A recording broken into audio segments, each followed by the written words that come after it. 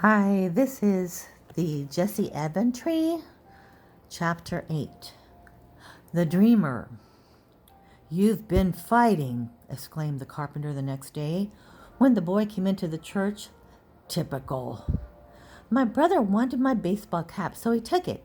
He's bigger than me, but I got my own back." "I'll bet you did. Tit for tat. Knock for knock. That's all you kids understand these days."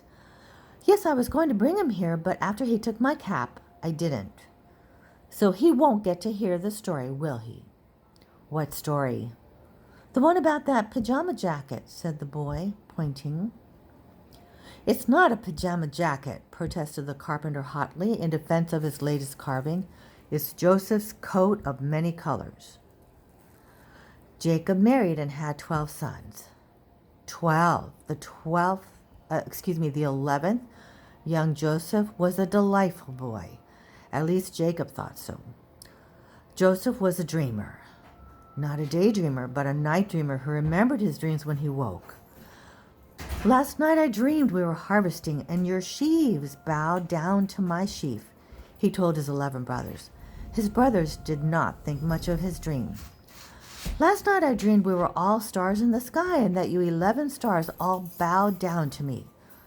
Joseph's brothers did not want to hear this either. "Look what Father gave me," said Joseph, wagging the sleeves of a glorious new coat. "Look at all the colors. Look at the cloth." Joseph's brothers did not want to look. No father ought to love one son more than all the rest, or if he does, he ought not to let it show. They hated Joseph for his coat and his dreams and his unfair share of love.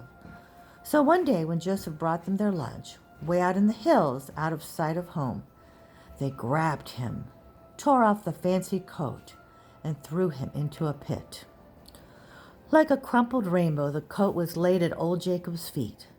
"A terrible accident, Father," they said. "Dear little Joseph, some wild animal. All we found was this. He must be dead." Then the grief in Jacob's eyes made their lies peter out to a sorry silence. But Joseph was not dead. Even hating him the way they did, his brothers had stopped short of murder. They had gone back to the pit, arguing about what to do with him. As they argued, a caravan of camels clanked by, bound for Egypt. "Let's sell him for a slave," suggested Judah, instead of killing him. And as they watched their hated brother led away, stumbling, dirt-colored, in the dust behind the camel train, it really seemed that fate had taken a hand. Fate had. God had. Suddenly, realizing what a long story he had begun, the carpenter pulled himself up short. "I haven't got time for this. I've got work to do." "All right, I'll come back tomorrow for the rest. But promise." "Promise? I don't have to If my big brother comes by, don't tell him that story. It might give him ideas."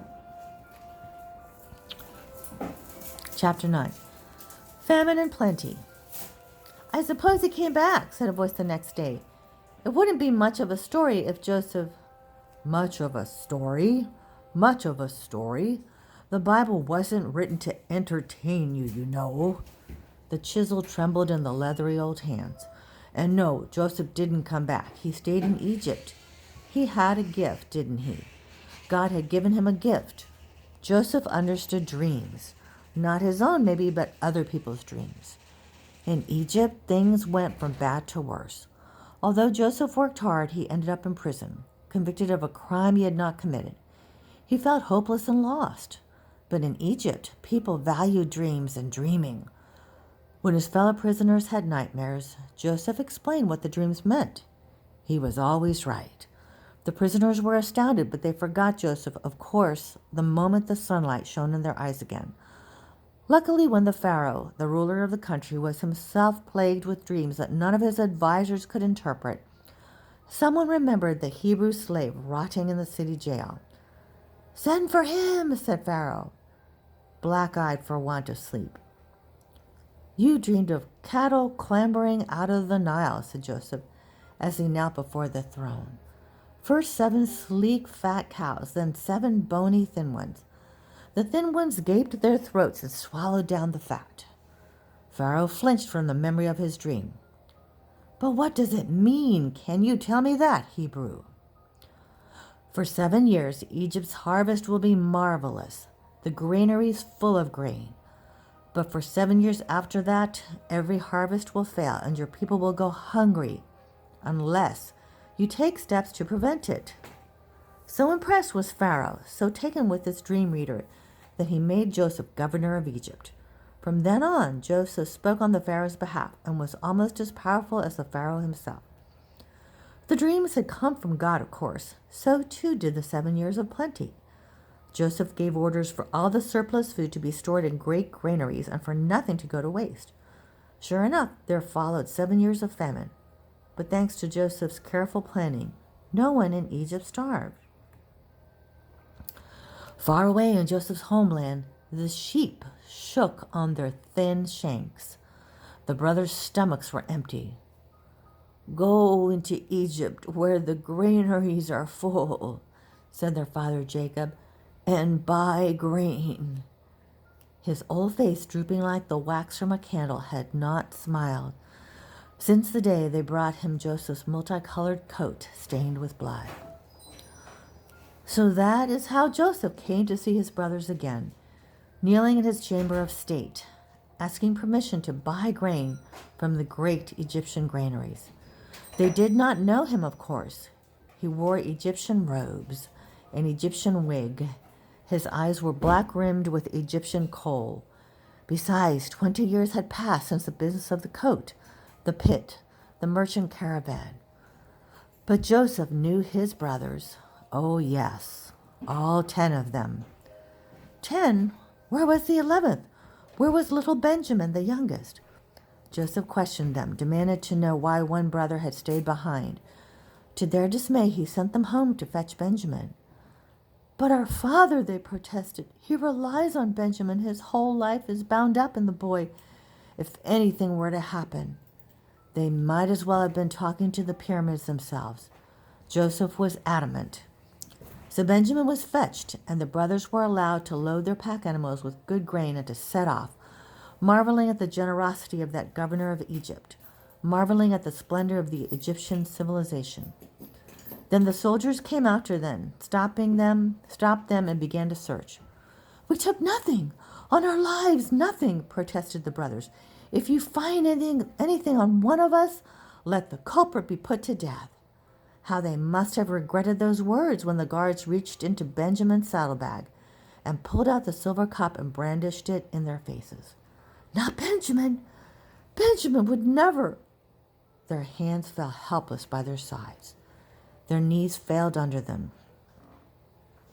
Joseph, who had given orders for the silver cup to be planted among their belongings, looked on with grim satisfaction. His brothers were as afraid now as Joseph had been 20 years before when, wrist tied, he had stumbled into slavery behind the merchant camel train. Childhood dreams swam before Joseph's eyes, their sheaves of corn flattened before his own, their stars dimmed by his brilliance. And Joseph went into a side room and wept for all the lost years, for all the broken dreams, for the marvelous and confusing ways in which God worked out his plan. When Joseph revealed his true identity to his brothers, there were no reproaches, no apologies, only tears of joy and relief and healing. Jacob was sent for, a frail old man rattling his weary bones over dusty roads to be reunited with the son he had thought dead for 20 years. And Jacob's family was not alone in finding a new home in a new country. Many more Hebrews traveled to Egypt to escape famine and stayed on there as settlers along the fertile Nile. God had promised to take care of them, and perhaps this move to Egypt was his way of doing it. Let the Egyptians worship their boatload of animal-headed gods. The Hebrews would stay loyal to their one God. After all, they were his chosen people, his favored sons and daughters. Surely they were the ones to whom he would give the best gifts, the ones he could not help but love the best. You say that as if it turned out different, said the boy. It did, said the carpenter. Within a few generations, life in Egypt all went horribly wrong for the Hebrews. So God broke his promise? He never promised life would be easy, only that he would stay close to his people, the children of Israel. You can tell me tomorrow. The old man gave an irritable groan. As the church door slammed shut behind his visitor, he called after him, "No promises," but probably too late to be heard.